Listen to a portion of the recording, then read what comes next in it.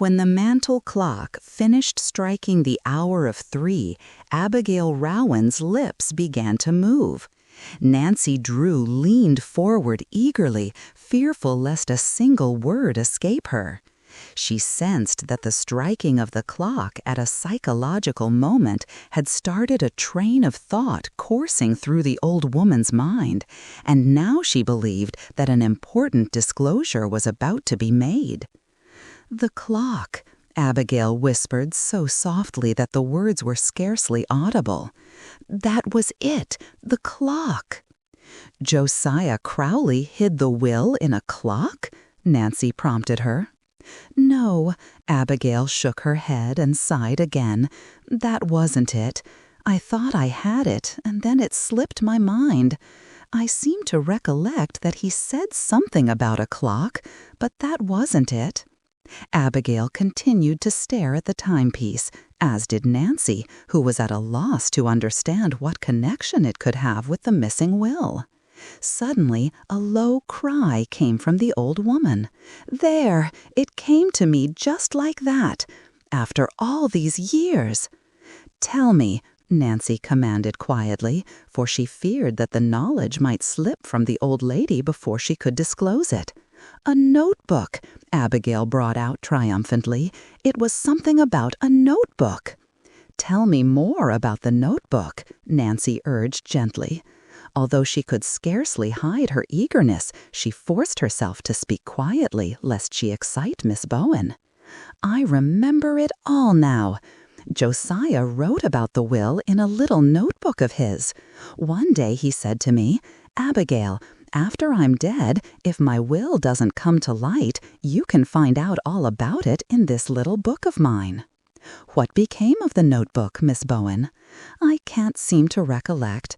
He hid it someplace." Again Nancy Drew was baffled. Involuntarily, her eyes traveled to the mantel clock. She studied it critically. What connection could the clock have with the missing will, she asked herself. Certainly there must be one, for otherwise its striking would not have caused Abigail to think of the notebook. Nancy had studied psychology in school and was familiar with the power of suggestion and association. Now her keen mind jumped to the conclusion that a clock had something to do with the missing Crowley will. Could it be that the notebook had been hidden in the clock? Impulsively, Nancy got up and went over to the mantel. She took down the clock and looked inside. She saw nothing but a tiny key, which evidently was used to wind the timepiece. Disappointed, she returned to her chair. "Where was Josiah Crowley living at the time he told you about the notebook?" she asked the old lady. "He was living in his own house then, but he was just getting ready to go to the Topham's. He'd been visiting around with his various kin and letting his own house stay empty. After the Tophams asked him to live with them, he sold his home." "What became of the household goods?" Nancy inquired. "Oh, the Tophams got most everything." "There must have been a family clock," Nancy mused half to herself. "A family clock?" Abigail repeated. "Oh yes, there was a clock."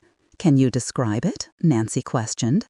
"Well, it was just an ordinary mantel clock, tall and with a square face, something like that one over there." The old lady pointed to the timepiece Nancy had just examined. "Only Josiah's was more elaborate. It had a moon or something on top." "What became of the clock?" "I don't know," Abigail responded indifferently. "I suppose the Tophams got it. They took everything else." It was on the tip of Nancy's tongue to tell Abigail that Josiah Crowley might have hidden his will inside the family clock, but she hesitated to excite the old lady.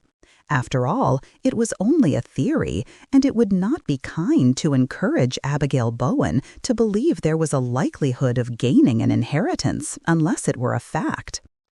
"I'll wait until I'm sure before I say anything about it to her," Nancy decided.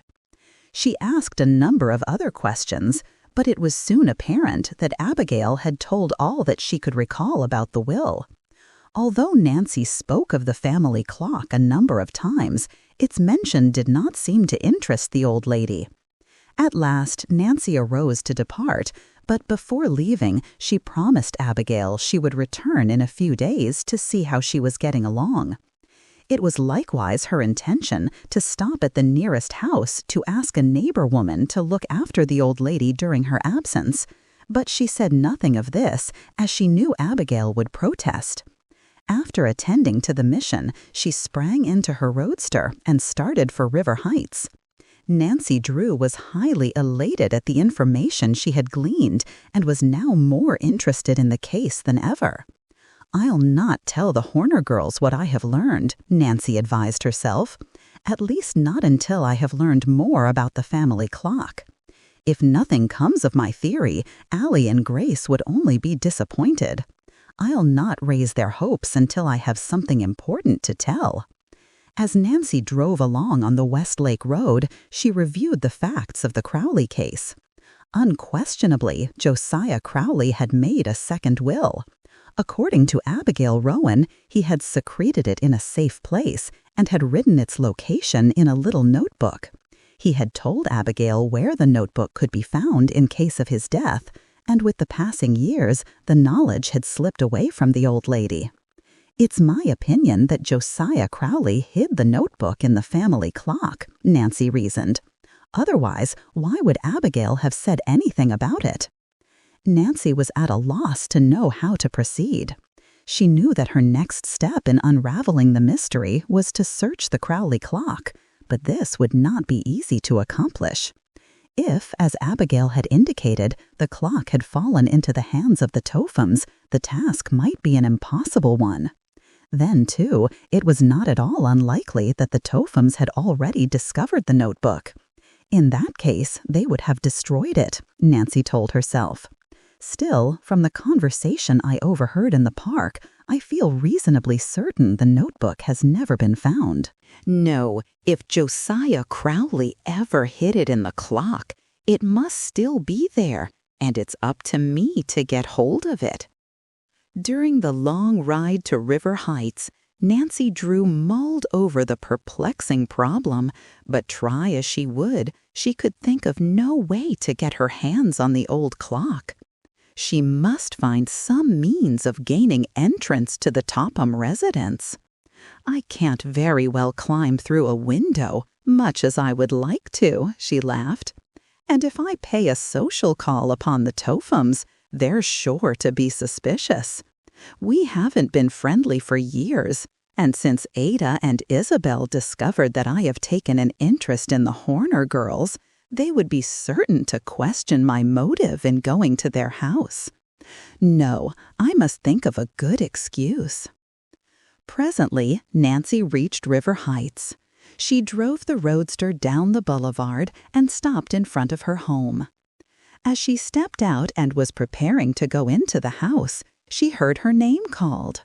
Wheeling about, she saw a girl running toward her. It was one of Nancy's chums, Helen Corning. "Hello, Nancy," Helen called. "I haven't seen you for days. Where do you keep yourself?" Nancy laughed as she greeted her chum. "Oh, I've been especially busy lately. Come into the house and we'll have a chat." "Oh, I can't, Nancy. I wouldn't be up this way, but I'm trying to sell tickets for a charity dance." "How many have you sold?" "I have 6 left," Helen sighed. "It's a thankless job." "I'll take 2 if that will help you out," Nancy offered. "Will it help me? Say, if I ever get rid of these tickets, I'm going to dance a hornpipe. If I don't sell them this afternoon, it's going to fix it so I can't start for Moon Lake. I wish I'd never promised to sell the things." "Moon Lake?" Nancy asked in surprise. "Yes, I'm going to a girls' camp there. I had planned to leave tonight, but unless I get rid of these tickets, I don't see how I can. I wish you were going with me to Moon Lake, Nancy." "So do I, Helen." "Why don't you come along then?" "Oh, I can't," Nancy protested. "I'm involved in something important and I can't get away. I'd love to go, though. Really, I would." "Well, if you find you can make it later, just hop into your roadster and come along. I'll be there for 2 weeks. That is, if I ever get rid of these charity tickets. I can't leave until I've sold them. I'd pay for them out of my allowance, only I've spent it already." "You are in difficulties," Nancy laughed. She reached in her purse. "How much are the tickets, Helen?" $2 each. How many will you take?" "Oh, give me 2. As Helen extended the tickets, a sudden thought struck Nancy Drew. A pleased light broke over her face. "I have an idea, Helen. I'll sell all of your tickets for you. How will that suit you?" "You're not joking?" "Never was more serious in my life." "Then the tickets are yours. But let me warn you, it won't be easy to sell them." "I'll enjoy trying it." "Well, I must say you have queer ideas of fun," Helen commented dryly. "But I'll not argue with you. This will be fine for me. Now I'll be able to start for camp this afternoon. Here are the tickets." She handed them over with evident pleasure.